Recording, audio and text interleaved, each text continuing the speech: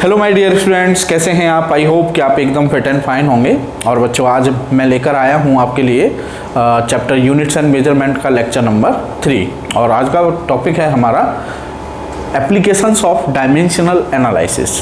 Means बच्चों, हो सकता है आपके मन में अब तक एक सवाल चल रहा होगा कि ये हम डायमेंशन एनालिसिस आखिर ये हम पढ़ क्यों रहे हैं।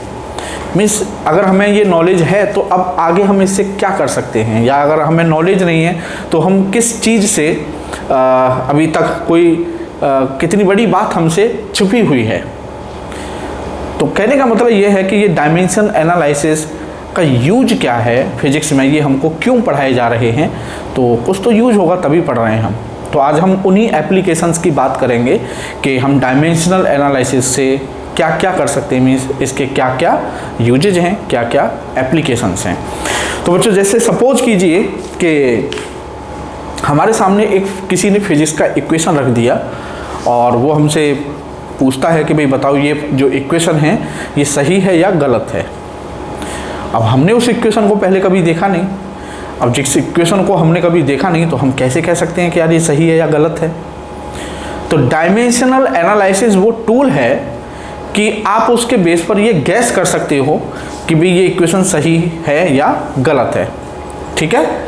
तो डायमेंशन एनालिसिस का सबसे पहला यूज या पहला एप्लीकेशन कहिए वो यही है कि हम किसी इक्वेशन की करेक्टनेस को इससे चेक कर सकते हैं।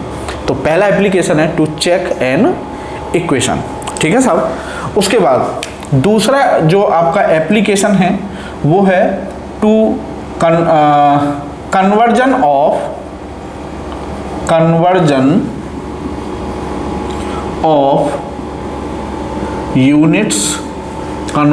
Units from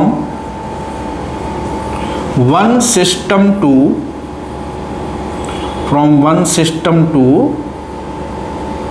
another. क्लियर। कहने का मतलब जैसे हमने सिस्टम ऑफ यूनिट्स पढ़ा था कि भाई सिस्टम ऑफ यूनिट्स MKS भी हो सकता है, CGS भी हो सकता है, FPS भी हो सकता है, ऐसा ही सिस्टम भी हो सकता है ना। तो MKS system metre kilogram second, CGS system centimetre gram second, है ना। तो सपोज कीजिए कि हमें किसी ने बोला कि भाई आपको एक मेजरमेंट करना है, आपको जो मेजरमेंट करना है वो MKS में करना है सपोज। तो जब उन्होंने हमसे कहा कि आपको कोई मेजरमेंट करना है और वो MKS में ही करना है, इट मीन्स हम समझ गए कि उस मेजरमेंट में जहाँ कहीं भी हमको लेंथ को मेजर करना हुआ तो हम उसको मीटर में मेजर करेंगे। मास को अगर मेजर करना हुआ तो उसको kg में मीन्स किलोग्राम में मेजर करेंगे, और अगर टाइम को मेजर करना हुआ तो सेकंड में मेजर करेंगे। लेकिन हुआ क्या कि हम भूल गए और बाई मिस्टेक उस मेजरमेंट को हम CGS में कर लाए। मीन्स जहाँ कहीं भी लेंथ थी हम उसको सेंटीमीटर में मेजर कर लाए, और साहब जहाँ कहीं भी मास मेजर करना था उसको ग्राम में मेजर कर लिया, है ना। तो गड़बड़ हो गई। हमसे बोला गया था कि MKS में करिए और हम करके ले आए किसमें, CGS में। तो क्या आप दोबारा करेंगे उस मेजरमेंट को? नहीं। डायमेंशनल एनालिसिस कहता है कि आपको वो मेजरमेंट दोबारा मतलब उसे रिपीट करने की ज़रूरत नहीं है आपको। बोला कि कोई दिक्कत नहीं, आप जिसमें भी कर लाए मैं आप जिसमें आपसे पूछा गया है मैं उसमें उसे कन्वर्ट कर दूंगा। समझ गए ना। कहने का मतलब अगर हमको MKS में दे रखा है तो हम उसको CGS में कन्वर्ट कर सकते हैं, या हमको अगर CGS में दे रखा है तो हम उसको MKS में कन्वर्ट कर सकते हैं। तो सेकंड एप्लीकेशन इसका ये है। ठीक है साहब। उसके बाद थर्ड वन लास्ट है आपका ये कि relation among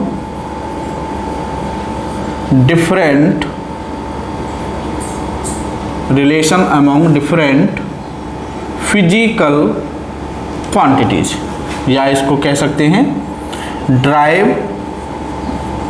drive a relation और formula between physical quantities. Clear.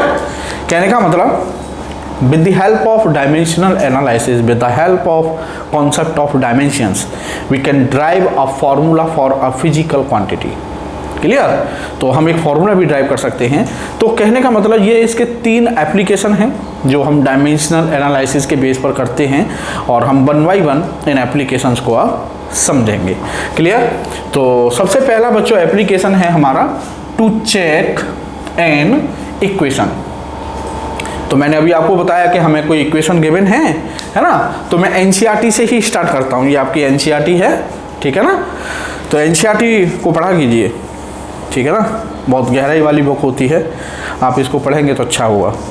तो इसमें देखो ये एग्जाम्पल है 2.16, और ये कह रहा है एग्जाम्पल कि the SI unit of energy is joule, and joule is equal to kilogram metre square second की power -2, that of speed v is metre per second, ठीक है, metre second inverse, and of acceleration is metre second to the power -2। Which of the formulae for kinetic energy given below can you rule out on the basis of dimensional arguments? Clear?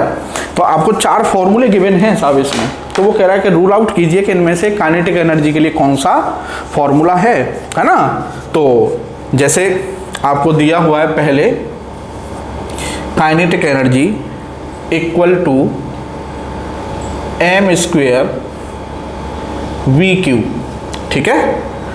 और आपको दूसरा formula दिया हुआ है kinetic energy के लिए k equal to ½ mv²। Third है आपका k is equal to ma, और d है आपका k is equal to 3/16 mv², ठीक है? उसके बाद E है k is equal to ½ mv² plus ma। Clear? अब साहब उसके बाद ये आपको दिया हुआ है, अब साहब कैसे चेक करें? अब बात आती है कि अब कैसे चेक करें कि इनमें से काइनेटिक एनर्जी के लिए कौन सा फॉर्मूला सही है। तो उसके लिए हम एक पॉइंट लिखते हैं, ठीक है ना?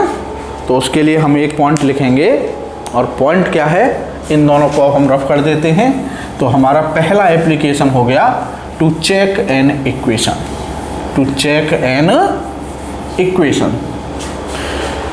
तो यहाँ पर बच्चों लिखेंगे, एक पॉइंट नोट करेंगे आप कि for an equation to be correct, for an equation to be correct, dimensional formula of LHS equal to dimension formula of RHS। Clear? Dimensional formula of RHS, आप इतना याद रखिएगा। अगर किसी इक्वेशन में LHS और RHS के डायमेंशनल फॉर्मूला सेम हैं तो वो इक्वेशन सही हो सकता है, कंफर्म नहीं है ना? इसकी मैं यही आपको एक मैंने आपको बोला भी था, गैस, हम गैस कर सकते हैं, दावा नहीं कर सकते कि ये सही होगा, है ना? तो अच्छा, इसमें एक अब लिख लीजिए एक और पॉइंट। दूसरा पॉइंट क्या है कि if dimension formula of LHS is not equal to dimension formula of RHS, अगर डायमेंशनल फॉर्मूला ही इक्वल नहीं है, LHS का डायमेंशन फॉर्मूला कुछ है, RHS का डायमेंशनल फॉर्मूला कुछ है, देन डेफिनेटली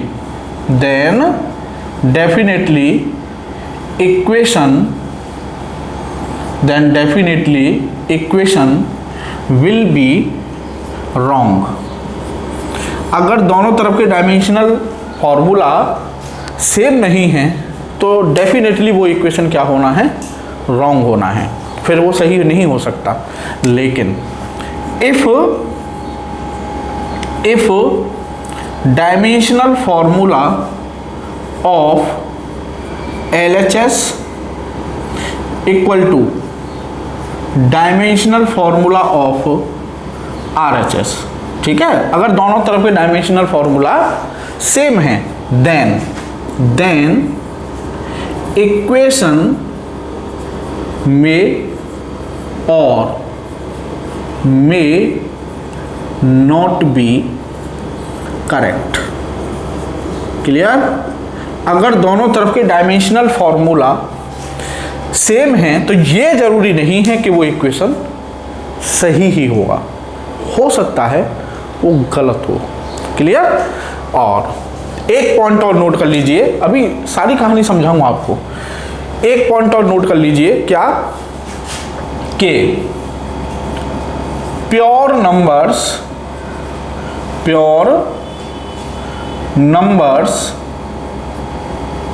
बोले तो जैसे 1 2 3 पाई, ठीक है, ये इस तरह के जो नंबर्स होते हैं प्योर नंबर, मतलब विदाउट यूनिट, ठीक है ना।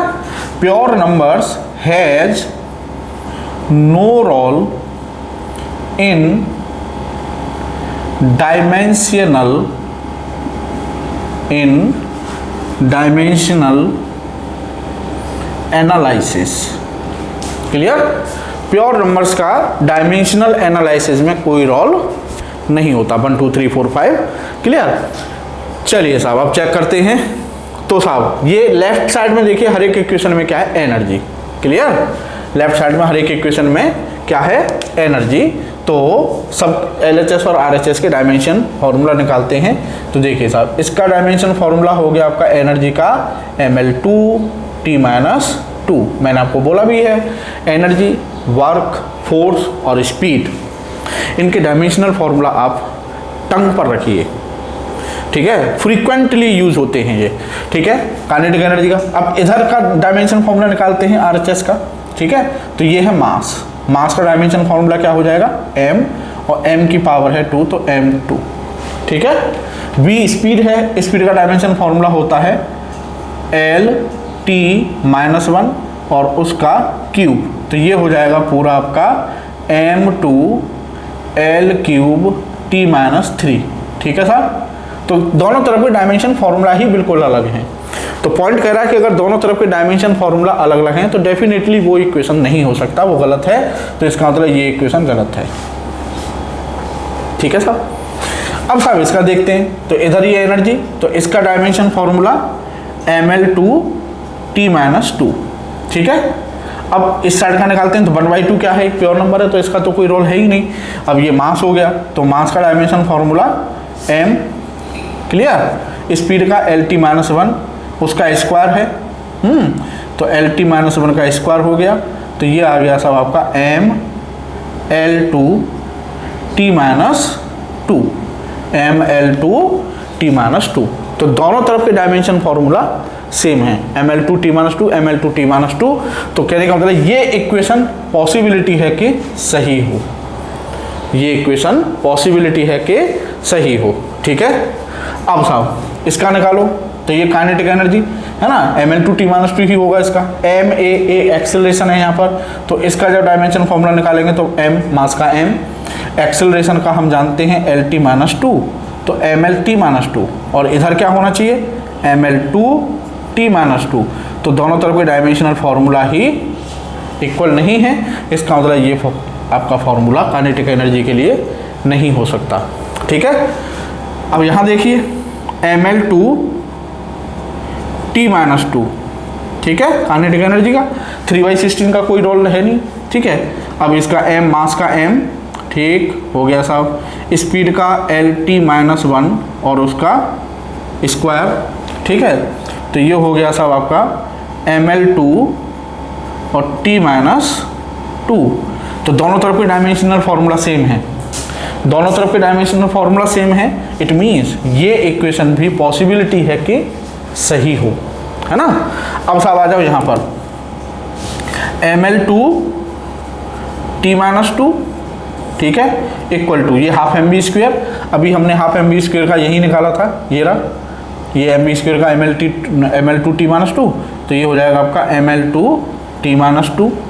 और ma मास इंटू एक्सीलरेशन क्या होता है, फोर्स, और फोर्स का डायमेंशनल फॉर्मूला होता है mlt माइनस 2। तो ये तो प्रिंसिपल ऑफ होमोजेनिटी को ही गलत कर रहा है भाई। प्रिंसिपल ऑफ होमोजेनिटी कहता है कि हम उन्हीं क्वांटिटीज को ऐड या सब्ट्रैक्ट कर सकते हैं जिनके डायमेंशनल फार्मूला सेम होते हैं। तो यहाँ पर ml2t माइनस 2 है, यहाँ mlt माइनस 2 है, तो दोनों डायमेंशन फार्मूला सेम नहीं है और उनको वो ऐड कर रहा है। It means this process is not possible, तो ये भी गलत है। क्लियर? तो कहने का मतलब ये है कि एक ये और एक ये, इन दोनों में से कोई एक सही हो सकता है। अब जो मैं आपको समझाना चाह रहा हूं वो ये है कि हम गैस कर सकते हैं कि ये सही हो सकता है ना, और कंफर्म कर सकते हैं कि ये गलत हो सकता है ना। अगर LHS और RHS के डायमेंशनल फार्मूला इक्वल नहीं है तो कंफर्म है कि वो इक्वेशन गलत है। लेकिन LHS और RHS के डायमेंशनल फार्मूला इक्वल हैं तो हम कंफर्म नहीं कह सकते कि वो सही है, गैस कर सकते हैं कि भाई सही हो सकता है। अब कैसे भाई, देखिए यहाँ पर ये हाफ है ना, और यहाँ ये आपका 3/16 है ना। लेकिन डायमेंशनल फॉर्मूला तो दोनों का ही ml2t माइनस 2 है, क्योंकि हाफ का और 3/16 का डायमेंशनल एनालिसिस में कोई रोल होता नहीं है। इट मीन्स अब हम ये कैसे डिसाइड करेंगे कि यहाँ ये 1/2 वाला होगा या ये 3/16 होगा। तो इट मीन्स डायमेंशनल एनालिसिस हमें इस 1/2 और 3/16 के बारे में कोई हिंट नहीं दे सकता। वो नहीं बता पाएगा कि यहाँ 1/2 आएगा या 3/16 आएगा। सो दैट्स वाई हम पार्शियली चेक कर सकते हैं, हम केवल अंदाज़ा लगा सकते हैं कि भाई ये इक्वेशन सही हो सकता है, और कंफर्म कह सकते हैं कि ये फॉर्मूला गलत ही होगा। Clear? So one more example लेता हूँ, एक और एग्जाम्पल लेता हूँ मैं आपके लिए, ठीक है। आई होप कि ये आपको समझ में आया होगा, NCERT का एग्जाम्पल है। तो एक और एग्जाम्पल लेते हैं। देखो, जैसे एक वेल नोन इक्वेशन है v is equal to u plus AT, ठीक है। तो LHS में क्या है साहब आपका v, ठीक है, LHS इक्वल टू v। अब v क्या है, final velocity. Equation of motion है, आपने पढ़ा होगा, ठीक है। तो वेलोसिटी और वेलोसिटी का डायमेंशन फॉर्मूला होता है LT माइनस 1, ठीक है। अब साहब RHS में क्या है साहब, RHS में है आपका u प्लस AT। तो u क्या है, इनिशियल वेलोसिटी का LT माइनस 1, ठीक है। और AT, ए क्या है, LT माइनस 2, और t क्या है, टाइम, ठीक है। तो ये हो जाएगा आपका LT minus 1 plus LT minus 1, ठीक है, t की पावर माइनस 2 और t की पावर 1, ठीक है। तो ये हो जाएगा आपका 2LT माइनस 1, ठीक है। 2, 1, 2, 3 प्योर नंबर है, उनका कोई रोल होता नहीं है। It means LHS dimension formula of LHS equal to dimension formula of RHS, ठीक है। इट मीन्स इक्वेशन में करेक्ट, ये इक्वेशन सही हो सकता है। क्लियर? ठीक है। वैसे हम जानते हैं कि हाँ ये सही है, लेकिन सपोज हम नहीं पता होता तो हम कंफर्म नहीं कह सकते थे कि ये इक्वेशन सही ही है ना। तो ये है बच्चों आपका पहला एप्लीकेशन कि टू चेक एन इक्वेशन। हम किसी भी इक्वेशन को डायमेंशनल एनालिसिस पर बेस पर चेक कर सकते हैं, ठीक है साहब। अब आते हैं हम, तो बच्चों नेक्स्ट एप्लीकेशन है हमारा conversion of units from one system to another system. तो जैसे सपोज कीजिए भाई हम लेंथ को जैसे सपोज लेंथ एक फिजिकल क्वांटिटी है हमारी, तो लेंथ को हम मीटर में भी मेजर कर सकते हैं, लेंथ को हम सेंटीमीटर में भी मेजर कर सकते हैं, लेंथ को हम mm में भी मेजर कर सकते हैं। तो ये अलग अलग सिस्टम ऑफ यूनिट्स हैं कि एक सिस्टम में हम मीटर में मेजर कर रहे हैं, एक सिस्टम में हम उसी लेंथ को सेंटीमीटर में मेजर कर रहे हैं। तो सपोज हमने इसमें मेजर कर लिया सेंटीमीटर में, है ना, तो अब उसको हम मीटर में कैसे कन्वर्ट करेंगे, या मीटर में अगर हमने मेजर कर लिया तो उसको हम CGS में कैसे कन्वर्ट करेंगे। तो ये इस टॉपिक का मोटो है कि हमें करना क्या है, ठीक है।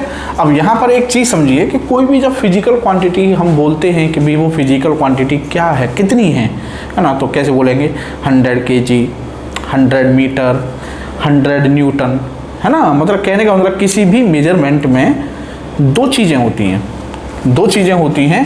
कोई भी फिजिकल क्वांटिटी है Q, तो उसके मेजरमेंट में दो चीज़ें हैं, N और U, N into U, where N is numerical value, N क्या है आपका न्यूमेरिकल वैल्यू, ठीक है साहब, और U इज यूनिट। क्लियर। तो दो चीज़ें हैं उसमें, एक उसकी न्यूमेरिकल वैल्यू है और एक उसकी यूनिट है। अब साहब सपोज कीजिए कि मैंने एक सिस्टम में लेंथ मेजर की कितनी 1 मीटर, मतलब MKS में, और उसी लेंथ को अगर मैं CGS में बोलूँगा तो वो कितनी होगी 100 सेंटीमीटर। मतलब मैं 1 मीटर को 100 सेंटीमीटर भी लिख सकता हूँ, है ना। और 100 सेंटीमीटर को मैं 1 मीटर को मैं 1000 mm भी लिख सकता हूँ। बोलिए। तो कहने का मतलब 1 मीटर, 100 सेंटीमीटर और 1000 mm तीनों ही इक्वल हैं, है ना। इसका मतलब यहाँ से कंक्लूजन निकला कि कोई भी मेजरमेंट, किसी भी मेजरमेंट में ये क्या है न्यूमेरिकल वैल्यू N1, और सॉरी ये क्या है आपका न्यूमेरिकल वैल्यू N1, मतलब सिस्टम 1 में न्यूमेरिकल वैल्यू, और ये सिस्टम 1 की यूनिट है, इसको मैं बोल रहा हूँ U1, ठीक है। ये सिस्टम 2 हो गया, तो इसमें न्यूमेरिकल वैल्यू चेंज होके हो गई कितनी N2, और इसमें यूनिट हो गई क्या U2, ठीक है। ये कोई सिस्टम 3 हो गया, इसमें न्यूमेरिकल वैल्यू हो गई 3 और यूनिट हो गई 3।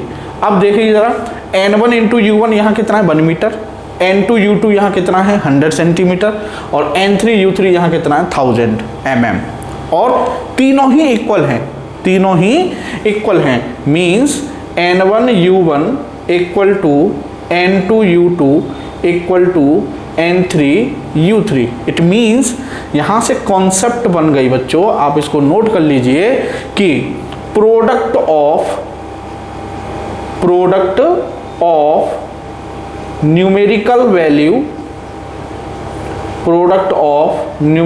Value of a physical quantity and its unit will remain constant. This is the key point for this application. क्या कि किसी भी फिजिकल क्वांटिटी को आप एक सिस्टम से दूसरे सिस्टम में, तीसरे सिस्टम में कन्वर्ट करते जाइए, न्यूमेरिकल वैल्यू और उसकी यूनिट का जो प्रोडक्ट है वो ऑलवेज क्या रहेगा कांस्टेंट रहेगा। सो इसको हम कह सकते हैं कि N into U will remain constant. So this is the key point for this application. Clear है। अब साहब यूनिट से, अब दो सिस्टम है बच्चों हमारे पास, ठीक है ना। एक है आपका सिस्टम 1, ध्यान से देखिएगा, और दूसरा कोई सिस्टम है उसको मैं बोल रहा हूं सिस्टम 2। सिस्टम 1 वो होता है जिसमें मैं मेजर कर चुका हूं। सिस्टम 1 कौन सा है जिसमें मैं मेजरमेंट कर चुका हूं, और सिस्टम 2 वो होगा जिसमें मुझे कन्वर्ट करना है, ठीक है, जिसमें मुझे कन्वर्ट करना है, ठीक है। तो यहां पर मैं लिखूंगा सिस्टम 1 में N1 U1, ठीक। सिस्टम 2 के लिए लिखूंगा मैं N2 U2, ठीक है। अब साहब यूनिट से बच्चों हम क्या लिखते थे, यूनिट से हम क्या लिखते हैं डायमेंशनल फॉर्मूला, है ना। अब ये कौन सी फिजिकल क्वांटिटी है मुझे नहीं पता अभी, भाई मैं तो केवल फिजिकल क्वांटिटी वर्ड बोल रहा हूँ, मैंने कोई वेलोसिटी, फोर्स, मास इस तरह का कोई नाम नहीं बोला। तो ये फिजिकल क्वांटिटी यहाँ पर जो यूनिट है ये किसी भी फिजिकल क्वांटिटी की होगी, और वो physical quantity mass, length, density, volume, force, work, energy कुछ भी हो सकती है ना। तो हम कैसे लिखेंगे इसका जनरल डायमेंशनल फॉर्मूला क्या होता है किसी भी फिजिकल क्वांटिटी का, m की पावर a, l की पावर b, t की पावर c, जनरल है। अब a b c वो कुछ भी हो सकती है एज पर फिजिकल क्वांटिटी। तो मैं यहाँ पर लिखूंगा n1 और ये हो जाएगा m1 to the power a, l1 to the power b और t1 टू द पावर सी। ये हो गया जो भी फिजिकल क्वांटिटी है, जिस फिजिकल क्वांटिटी को हम मेजर कर रहे हैं, ये उसका डायमेंशनल फार्मूला है। ठीक है, और यहाँ पर हो जाएगा ये n2, ये हो जाएगा आपका m2 द पावर a और L2 the power b, T2 the power c। अब एज पर दिस की कॉन्सेप्ट, ये दोनों product n1 into u1, n2 into u2, ये दोनों क्या होनी चाहिए, इक्वल होनी चाहिए। तो यहाँ से हम लिखेंगे n2 m2 the power a, L2 the power b, T2 the power c equal होना चाहिए n1 m1 to the power a, L1 to the power b, T1 to the power c के। ठीक है साहब, तो n2 इज इक्वल टू यहाँ से हो जाएगा n1 और ये हो जाएगा आपका m1 अपॉन m2 और to the power a, L1 upon L2, L1 upon L2 the power b, T1 upon T2 the power c। लो जी, ये आ गया आपका फॉर्मूला, जिस फॉर्मूले से आप एक सिस्टम से दूसरे सिस्टम में कन्वर्जन कर सकते हो। ठीक है, अब मैं आपको इसका एप्लीकेशन करके दिखाता हूँ। तो ये तो आपने कर लिया ना, ये तो आपने कर लिया होगा, मैं इसको अब रफ कर देता हूँ। चलिए, तो अब देखते हैं इसका एक एप्लीकेशन। ठीक है, कैसे यूज़ करना है हमें ये कॉन्सेप्ट। तो देखिए बच्चे, जैसे सपोज फोर्स फिजिकल क्वांटिटी है, फोर्स फिजिकल क्वांटिटी है, तो यहाँ पर करेंगे question convert 1 newton into dyne. तो न्यूटन हम जानते हैं MKS या कहिए SI यूनिट होती है फोर्स की, और डाइन CGS यूनिट होती है साहब। डाइन क्या होती है, CGS यूनिट। ठीक है ना, कहने का मतलब हमको MKS मेजरमेंट को कन्वर्ट करना है किसमें, CGS में। तो मैंने अभी आपको बोला था सिस्टम 1 वो होता है जो हमें दे रखा है, या यूँ कहिए जिसको हमें कन्वर्ट करना है, और सिस्टम 2 वो होता है जिसमें कन्वर्ट करना है, जिसमें कन्वर्ट करना है। ठीक है ना, तो अब यहाँ पर अच्छा दूसरी चीज़, मेजर किसको करना है, वो आपको फिजिकल क्वांटिटी भी दी हुई है, क्या, फोर्स। तो यहाँ पर ये जो डायमेंशनल फार्मूला मैंने जनरल फार्मूला लिखा था, तो यहाँ पर ये डायमेंशनल फार्मूला किस क्वांटिटी का आएगा, जिसको हम मेजर कर रहे हैं। मतलब जैसे यहाँ इस क्वेश्चन में फोर्स है, तो ये फोर्स का डायमेंशनल फार्मूला हो गया। ठीक है ना, तो फोर्स सबसे पहले यहाँ पर लिखिए फोर्स का डायमेंशनल फार्मूला। तो फोर्स का डायमेंशनल फार्मूला होता है MLT-2।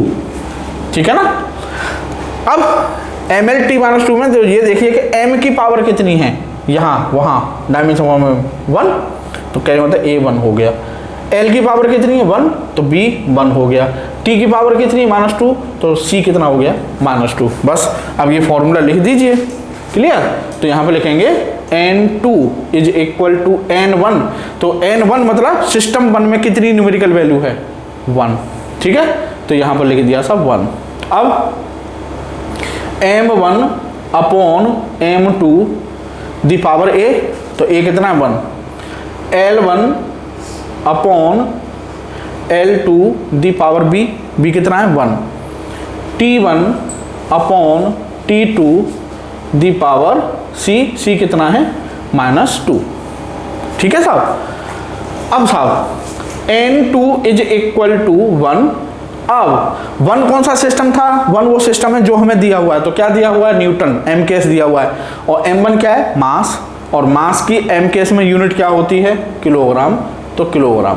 अपॉन M2 कौन सा सिस्टम है जिसमें हमें कन्वर्ट करना है, किस में कन्वर्ट करना है, CGS में, और CGS में मास की यूनिट क्या होती है, ग्राम।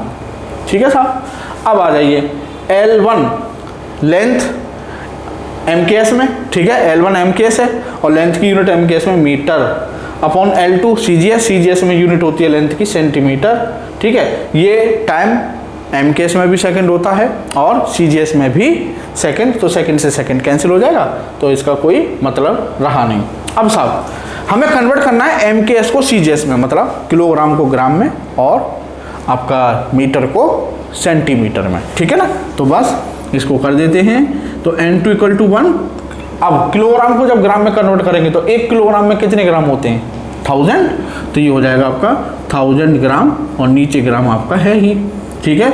सिमिलरली मीटर को हमें कन्वर्ट करना है सेंटीमीटर में, तो 1 मीटर में कितने 100 सेंटीमीटर और अपॉन में सेंटीमीटर, सेंटीमीटर से सेंटीमीटर, ग्राम से ग्राम कैंसिल, तो N2 इज इक्वल टू आ जाएगा 10 टू द पावर 5 बाई 10 की पावर 3, 10 की पावर 2, तो प्रोडक्ट में पावर ऐड हो जाती है। तो ये आ गया सब आपका N2, मतलब दूसरे सिस्टम में न्यूमेरिकल वैल्यू। तो हम कहेंगे कि 1 न्यूटन इक्वल होता है 10 टू द पावर 5 डाइन के, 10 टू द पावर 5 डाइन के। तो बस स्ट्रेट फॉरवर्ड यूनिट मतलब एप्लीकेशन है, ठीक है। आप ये फॉर्मूला याद रखिए, बस आप ये फॉर्मूला याद रखेंगे, N2 इक्वल टू N1, ठीक है, M1 upon M2 L1 upon L2 ABC की वैल्यू। और सबसे पहले आपको क्या करना है, जो भी फिजिकल क्वांटिटी मेजर कर रहे हैं उसका डायमेंशनल फार्मूला लिखिए, उस डायमेंशनल फार्मूला से ABC की वैल्यू पता चल जाएगी। देन M1 M2 M1 और L1 T1 जो हैं वो सिस्टम 1 के यूनिट है, और M2 L2 T2 ये सिस्टम 2 की यूनिट्स हैं। तो 1 को हमें 2 में कन्वर्ट करना होता है, तो 1 को हमने 2 में कन्वर्ट कर दिया। तो ये था आपका conversion of units from one system to another system. तो जो थर्ड एप्लीकेशन है इसका कि relation among different physical quantity या deriving formula for a physical quantity, ठीक है ना। तो एक्चुअली इसमें क्या है कि बहुत स्ट्रेट फॉरवर्ड क्वेश्चन है बच्चों। आपको एक फिजिकल क्वांटिटी के बारे में वो क्वेश्चन में खुल के बोलेगा, आपको खुलकर बताएगा कि भाई ये फिजिकल क्वांटिटी है और ये physical quantity in physical quantities पर डिपेंड कर रही है, ठीक है। तो कहेगा कि अगर ये क्वांटिटी इन क्वांटिटीज पर डिपेंड कर रही है तो डायमेंशनल एनालिसिस से इसके लिए फॉर्मूला ड्राइव कीजिए, ठीक है। अब रहस्य की बात क्या है इसमें, रहस्य निकालना क्या है, मतलब डायमेंशनल एनालिसिस से कह दिया तो हमें करना क्या है, कैसे करना है, मतलब what is the philosophy behind this. तो देखिए आप एक चीज़ समझिए, जब भी आप कोई फॉर्मूला बताते हैं, जैसे अभी मैं आपसे कहूँ कि भाई काइनेटिक एनर्जी का फॉर्मूला क्या है, तो आप कहेंगे कि सर काइनेटिक एनर्जी होता है ½ mv², ठीक है। अगर मैं कहूँ आपसे कि भाई फोर्स क्या है, तो आप कहेंगे सर फोर्स होता है मास इनटू एक्सेलरेशन, ठीक है। अब मैं आपसे कहूँ कि भाई मोमेंटम का फॉर्मूला क्या है, तो आप कहेंगे momentum is defined as mass into velocity, clear. अब साहब तो आप इन फॉर्मूलों में देख रहे होंगे कि किसी फॉर्मूले में जैसे b की पावर 2 है, m की पावर 1 है, यहाँ m की पावर 1 है, a की पावर भी 1 है, यहाँ मास की पावर 1 है, b की पावर 1 है ना। और भी बहुत सारे फॉर्मूले हैं, जैसे मान लो एक और फॉर्मूला लेता हूँ मैं, जैसे F is equal to G M1 M2 और अपॉन में R², है ना। तो यहाँ पर M1 की पावर 1 है, M2 की पावर 2 है, R की पावर -2 है। मैं इस R को ऊपर ले जाऊँगा मैं, तो R की पावर -2 है। तो कहने का मतलब ये है कि यहाँ पर मैं काइनेटिक एनर्जी को कहूँ तो काइनेटिक एनर्जी किस किस पर डिपेंड कर रही है, मास पर और स्पीड पर। और मास की कितनी पावर पर, 1 पर, और स्पीड की कितनी पावर, 2 पर। यहाँ बात करें तो फोर्स किस किस पर डिपेंड कर रहा है, फोर्स मास पर डिपेंड कर रहा है और एक्सेलरेशन पर डिपेंड कर रहा है। मास की कितनी पावर पर, 1 पर, एक्सेलरेशन की कितनी पावर पर, 1 पर। मोमेंटम किस किस पर डिपेंड कर रहा है, मोमेंटम मास पर डिपेंड कर रहा है और वेलोसिटी पर, और दोनों की पावर 1 पर डिपेंड कर रहा है, ठीक है ना। सिमिलरली ग्रेविटेशनल फोर्स मास की पावर 1 पर डिपेंड कर रहा है, m2 की पावर 1 पर डिपेंड कर रहा है, लेकिन r डिस्टेंस है उसकी पावर -2 पर डिपेंड कर रहा है। तो कहने का मतलब ये है बच्चों कि जब भी हम किसी क्वांटिटी के लिए फॉर्मूला बताते हैं, फॉर्मूला ड्राइव करते हैं, तो वो क्वांटिटी जिन क्वांटिटीज पर डिपेंड कर रही है, हो सकता है उनकी कुछ पावर्स हों 1 2 3 -2, जैसे आप मैं बता रहा हूँ कुछ पावर्स हों, बस यहाँ पर यही राज की बात है कि उसने आपसे ये कह देगा कि काइनेटिक एनर्जी मास पर डिपेंड कर रही है, काइनेटिक एनर्जी स्पीड पर डिपेंड कर रही है, तो काइनेटिक एनर्जी के लिए फॉर्मूला ड्राइव कीजिए। मींस इनडायरेक्टली वो आपसे ये कहना चाह रहा है कि आप वो पावर्स पता कीजिए कि काइनेटिक एनर्जी मास की कितनी पावर पर डिपेंड कर रही है, काइनेटिक एनर्जी स्पीड की कितनी पावर पर डिपेंड कर रही है, और उन पावर्स को ही हम क्या बोलते हैं, डायमेंशंस। सही है, उन पावर्स को ही हम क्या बोलते हैं, डायमेंशंस। तो हमें डायमेंशंस पता करनी है कि उस फिजिकल क्वांटिटी की डायमेंशंस क्या क्या हैं। तो एक एग्जांपल लेते हैं, और एग्जांपल मैं आपका एनसीईआरटी से ही ले रहा हूँ। ये एनसीईआरटी का एग्जांपल है आपका 2.17 और क्वेश्चन है आपका कि consider a simple pendulum having a bob attached to a string that oscillates under the action of the force of gravity. Suppose that the period of oscillation of simple pendulum depends on its length, mass of the bob and acceleration due to gravity. Derive the expression for its time period using method of dimensions. Clear? तो कहने का मतलब अगर आप इस question को पढ़ें, ठीक है, एक बार फिर से पढ़िएगा, है ना। तो वो कह रहा है कि एक टाइम पेंडुलम है, ठीक है, ये एक पेंडुलम है, ये बॉब जो स्फेरिकल बॉडी धागे से लटकी हुई होती है उसको हम बोलते हैं बॉब, ठीक है। ये आपका स्ट्रिंग, ये तो पेंडुलम की लेंथ है l, बॉब का मास है m, और एक्सेलरेशन ड्यू टू ग्रेविटी है हमारा क्या, g। तो उसने कहा कि ये जैसे स्विंग करेगा, ऐसे ऑसिलेशन कर रहा है, तो उसका एक टाइम पीरियड है। तो एज पर क्वेश्चन सिंपल पेंडुलम का जो टाइम पीरियड है वो 3 चीज़ों पर डिपेंड कर रहा है एज पर क्वेश्चन, बॉब के मास पर, पेंडुलम की लेंथ पर और एक्सेलरेशन ड्यू टू ग्रेविटी पर। तो वो कह रहा है कि भाई टाइम पीरियड के लिए फॉर्मूला बताइए, ठीक है।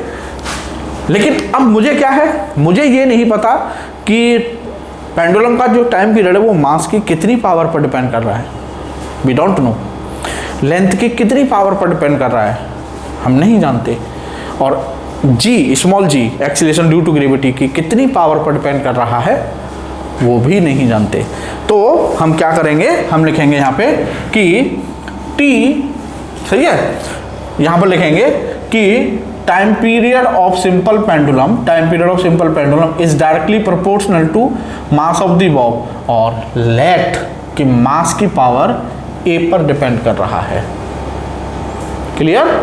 उसके बाद T is directly proportional to length to the power B, ठीक है साहब, and T is directly proportional to acceleration due to gravity to the power C। तो हमें वो पावर्स नहीं पता कि किसकी पावर कितनी पावर पर डिपेंड कर रहा है, और वो हमने एज्यूम कर ली, लेट कर ली। अब सब तीनों को एक साथ करेंगे तो T proportional to m to the power A, L to the power B and G to the power C, ठीक है। अब साहब आप जानते हैं कि जब हम प्रोपोर्शनलिटी हटाते हैं तो यहाँ पर आता है एक प्रोपोर्शनलिटी कांस्टेंट K, ठीक है। तो K और m to the power A, L to the power B and G to the power C, ठीक है साहब। अब साहब ये हो गया हमारा इक्वेशन फर्स्ट। उसके बाद ये एक फिजिक्स का इक्वेशन बन गया, T equal to K, m to the power A, L to the power B, G to the power C। Everything is linked in physics. अब ये अगर फिजिक्स का इक्वेशन है और ये फिजिक्स का इक्वेशन सही है, तो अभी पढ़ के आए हैं एप्लीकेशन 1 में कि अगर ये इक्वेशन सही है तो दोनों तरफ के डायमेंशनल फॉर्मूला सेम होनी चाहिए, है ना। तो दोनों तरफ के डायमेंशनल फॉर्मूला लिखेंगे तो T क्या है, टाइम का डायमेंशनल फॉर्मूला होता है T। तो इसको हम ऐसे भी लिख सकते हैं m0 L0 T, भाई T होगा फिर m0 L0 T, है ना, इक्वल टू, अब m mass m to the power A, ठीक है। उसके बाद L length L to the power B, ठीक है, और G acceleration due to gravity L T minus two the power C, तो इसको हम लिख सकते हैं m to the power 0 l to the power 0 t, ठीक है जी। और ये हो जाएगा आपका m to the power a, और ये हो जाएगा l to the power b और l to the power c, तो b प्लस c और t to the power minus 2c, ठीक है। अब साहब ये अगर इक्वेशन सही है तो ये डायमेंशनल फॉर्मूला और ये डायमेंशनल फॉर्मूला दोनों इक्वल होनी चाहिए, और दो डायमेंशनल फॉर्मूला इक्वल कब होंगे, जब दोनों तरफ की पावर्स सेम होंगी, ठीक है। तो अब हम क्या करेंगे, दोनों तरफ की पावर्स का कंपैरिजन करेंगे। तो यहां पे लिखेंगे on comparing powers of both sides, on comparing powers of both sides। तो दोनों तरफ की जब पावर्स का कंपैरिजन करेंगे हम बच्चों, तो ये हो जाएगा, देखो यहाँ m की पावर है a, यहाँ m की पावर a और यहाँ m की पावर 0, तो ये हो जाएगा सब आपका a इज इक्वल टू 0, ठीक है। उसके बाद यहाँ l की पावर है b प्लस सी, ठीक है, और यहाँ l की पावर 0, तो b plus c equal to 0, ठीक है। यहाँ t की पावर है माइनस 2c और यहाँ t की पावर है 1, ठीक है। तो ये हो जाएगा आपका minus 2c equal to 1, so this implies c equal to minus 1/2, ठीक है। c की वैल्यू अगर माइनस 1/2 है तो यहाँ रखेंगे, तो b की वैल्यू आ जाएगी प्लस 1/2। तो ए बी सी की वैल्यू जो हो, मैंने वो क्या बोला है भाई, हमको पावर्स नहीं पता थी, हमने वो पावर्स की वैल्यूज़ ही निकालनी थी, और हमारी ए बी सी जो पावर्स हैं उनकी वैल्यूज आ गई हैं। जो ए बी सी की वैल्यूज आई हैं उन पावर्स को इक्वेशन 1 में पुट कर देंगे, तो ये हो जाएगा साहब हमारा t is equal to k, ठीक है, और m to the power a, और a कितना है 0, तो m टू दी पावर 0, ठीक है। l to the power b कितनी आई है हमारा 1/2, ठीक है, और g to the power c कितना था, c था माइनस 1/2, ठीक है। अब m की पावर 0, ये तो 1 हो जाएगा, है ना, किसी भी नंबर की पावर 0 है तो वो 1 हो जाएगा। तो ये हो गया t is equal to k, m की पावर 0 1, तो l की पावर 1/2 और अपॉन में g की पावर 1/2, ये नीचे आ जाएगा, तो ये हो जाएगा t इक्वल टू k और रूट, क्योंकि इसका भी पावर में 1/2 है, इसकी भी पावर में 1/2 है, तो ये हो जाएगा t equal to k root l upon g। लो जी, ये सिंपल पेंडुलम के टाइम पीरियड के लिए फॉर्मूला ड्राइव हो गया, ठीक है। तो एक और क्वेश्चन लेते हैं बच्चों इसका, जिससे और कॉन्सेप्ट थोड़ा सा क्लियर हो जाएगी। तो जो एक और क्वेश्चन लेते हैं, क्वेश्चन है the speed of sound v in a medium depends on the modulus of volume elasticity E and density rho of the medium. Obtain formula for the speed of sound by dimensional analysis। ठीक है, तो आपको देखिए इस question में given है कि जो स्पीड ऑफ साउंड है वो किस किस पर डिपेंड कर रही है, मीडियम के मॉडुलस ऑफ इलास्टिसिटी पर और मीडियम की डेंसिटी पर। तो मैंने आपको यही बताया है कि आपको क्वेश्चन में गिवन होगा कि ये क्वांटिटी इन क्वांटिटी पर डिपेंड कर रही है, तो उसके लिए फॉर्मूला ड्राइव कीजिए।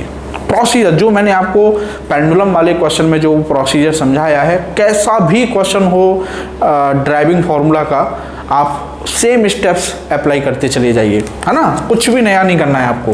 तो एज पर question v speed of sound depends on modulus of elasticity. अब हमें नहीं पता उसकी कितनी पावर पर डिपेंड कर रहा है ना, तो हमने मान लिया पावर a, ठीक है। फिर speed of sound is depend on density, हमें नहीं पता डेंसिटी की कितनी पावर पर, तो रो की पावर b, ठीक है। अब दोनों को एक साथ कर देंगे तो v proportional to e to the power a and rho to the power b, ठीक है। तो v is equal to proportionality constant e to the power a and rho to the power b। ये हो गया साहब हमारा equation first, ठीक है ना। अब क्या करना है, दोनों तरफ का डायमेंशनल फार्मूला। तो स्पीड है, स्पीड का डायमेंशनल फार्मूला लिख सकते हैं हम m0 l t minus 1, m0 l t minus 1 equal to k, ये है मॉडुलस ऑफ इलास्टिसिटी, ठीक है। मॉडुलस ऑफ इलास्टिसिटी अभी के लिए आप इतना समझ लीजिए कि मॉडुलस ऑफ इलास्टिसिटी और प्रेशर का डायमेंशनल फार्मूला सेम होता है, ठीक है। Modulus of elasticity and pressure का डायमेंशन फॉर्मूला सेम होता है, मीन्स प्रेशर का होता है F/A, तो mL/T-2 और एरिया का L2, तो प्रेशर का डायमेंशनल फॉर्मूला mL-1T-2, ठीक है ना। तो यहाँ पर लिख देंगे mL-1T-2 और डेंसिटी क्या होती है, डेंसिटी होती है साहब मास अपॉन वॉल्यूम, तो ये हो जाएगा mL-3 वॉल्यूम की L3, तो ये हो जाएगा यहाँ पर mL-3 और पावर B, ठीक है। अब साहब m0 L/T-1 equal to K, ये हो जाएगा आपका, ये था A, तो m की पावर A और m की पावर B, तो m⁴A+B, L की पावर -A और -3B और T⁻²A, क्लियर। अब अगर ये फिजिक्स का इक्वेशन है और ये सही है तो एज पर प्रिंसिपल ऑफ होमोजेनिटी दोनों तरफ के डायमेंशनल फार्मूला सेम होने चाहिए, ठीक है। तो इधर का डायमेंशनल फार्मूला ये है, इधर का डायमेंशनल फार्मूला ये है। अब हम कह रहे हैं कि ये दोनों फार्मूले सही होने चाहिए, तो इसका मतलब दोनों तरफ की पावर्स भी बराबर होनी चाहिए। तो क्या करेंगे, ऑन कंपेयरिंग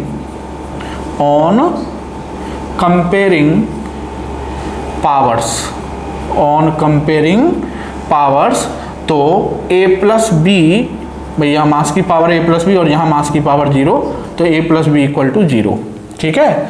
यहाँ L की पावर हो गई -A -3B और यहाँ है 1, ठीक है। और यहाँ -2A, T की पावर -2A और यहाँ है -1, ठीक है। तो A इक्वल आ गया किसके, 1/2 के, A 1/2 के इक्वल आ गया। तो यहाँ से जब 1/2 रखेंगे तो B आ जाएगा -1/2 के। लो जी, A और B की वैल्यूज आ गई। इन A और B की वैल्यूज को इक्वेशन फर्स्ट में पुट कर देंगे, तो B = हो जाएगा K e⁴A, कितना है 1/2 और ρ⁻⁻1/2, तो ये हो जाएगा B = K e⁴1/2 अपॉन ρ⁻1/2, तो B = आ गया K √E/ρ। लो जी, ये साउंड की स्पीड के लिए फॉर्मूला आ गया, ठीक है। तो ये था साहब आपका थर्ड एप्लीकेशन। अब बच्चों इसमें देखिए, डायमेंशनल एनालिसिस से हम इतने काम कर सकते हैं, लेकिन उसके साथ साथ डायमेंशनल एनालिसिस की कुछ लिमिटेशंस भी हैं, कुछ ड्रॉबैक भी हैं। तो लास्ट पॉइंट है लेक्चर का आपका लिमिटेशंस ऑफ डायमेंशनल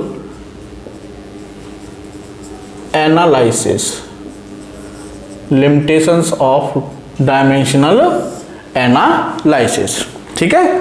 तो सबसे पहली लिमिटेशन है बच्चों कि we can not derive a formula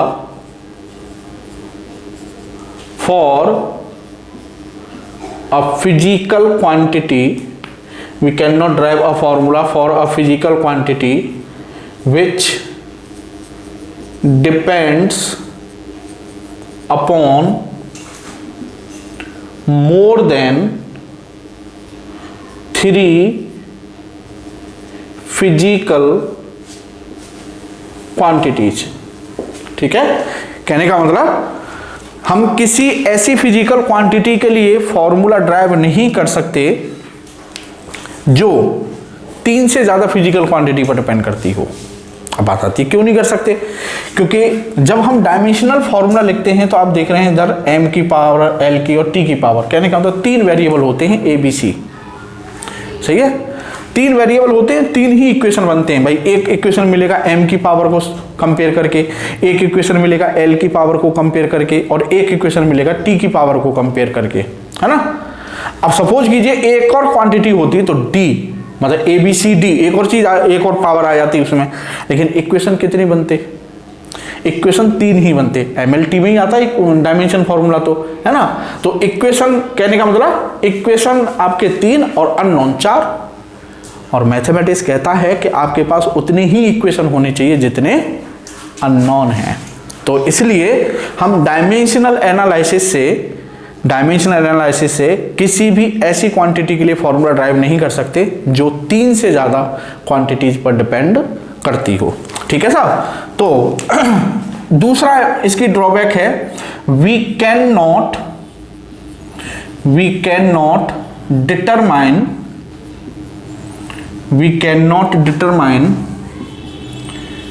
the value of proportionality constant.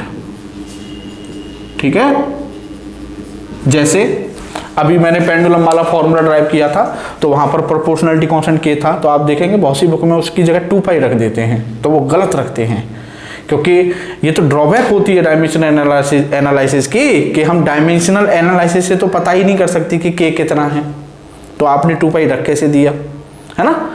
अभी जैसे मैंने ये फॉर्मूला ड्राइव किया है तो मैंने यहाँ के को, ये के की वैल्यू 1 होती है, आगे जब पढ़ोगे आप तो वहां आपको पता चलेगा कि ये के 1 होता है, तो फॉर्मूला आता है v = √e/ρ। लेकिन भी मैं अभी यहाँ डायमेंशनल एनालिसिस से कर रहा हूँ। जब मैं डायमेंशनल एनालिसिस से कर रहा हूँ, और डायमेंशनल एनालिसिस की ड्रॉबैक होती है, ये लिमिटेशन होती है कि वो के की वैल्यू नहीं बता सकता, तो मैं यहाँ के की वैल्यू रख कैसे दूंगा। तो आपको ये जो एक फाइनल फॉर्मूला छोड़ के आना है वो के में ही छोड़ के आना है, और उस के की वैल्यू क्या है उसकी टेंशन नहीं लेनी है, समझे। ठीक है, तो एक ड्रॉबैक ये हो गई साहब इसकी। और लास्ट ड्रॉबैक ये है इसकी कि we can not derive a formula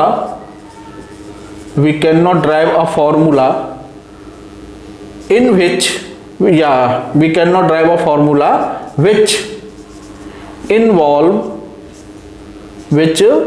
involve sin, cos, e, log etc. Means हम कोई भी ऐसा फॉर्मूला, फिजिक्स का कोई भी ऐसा फॉर्मूला डायमेंशनल एनालिसिस से ड्राइव नहीं कर सकते जिसमें साइन, कॉस, ई की पावर, लॉग एटसेट्रा ये आते हों। क्यों? क्योंकि भाई ये सब डायमेंशनलेस हैं। साइन के आगे थीटा डायमेंशनलेस, लॉग के आगे डायमेंशनलेस, लास्ट लेक्चर में मैंने आपको ये सब बात बताई है। ई की पावर डायमेंशनलेस, जब जिसकी कोई डायमेंशन नहीं है ये काम करेगा किसके बेस पर? डायमेंशंस के बेस पर। तो कहने का मतलब ये मैथ जो आपका डायमेंशनल एनालिसिस है, डायमेंशन एनालिसिस से हम ऐसे फॉर्मूले को ड्राइव नहीं कर सकते जिसमें साइन, कॉस, ठीक है, ई की पावर, लॉग वगैरह आते हो। क्यों नहीं कर सकते? क्योंकि ये डायमेंशन लेस होते हैं, और डायमेंशनल एनालिसिस में हम उन्हीं क्वांटिटीज के साथ डील करते हैं जिनका डायमेंशन फॉर्मूला, जिनकी डायमेंशंस होती हैं। ठीक है, तो बच्चों आज के लिए इतना ही काफ़ी है। ठीक है, तो आई होप के आपको लेक्चर पसंद आएगा, और मिलते हैं आपसे नेक्स्ट वीडियो में नए टॉपिक के साथ। तब तक के लिए थैंक यू, जय हिंद।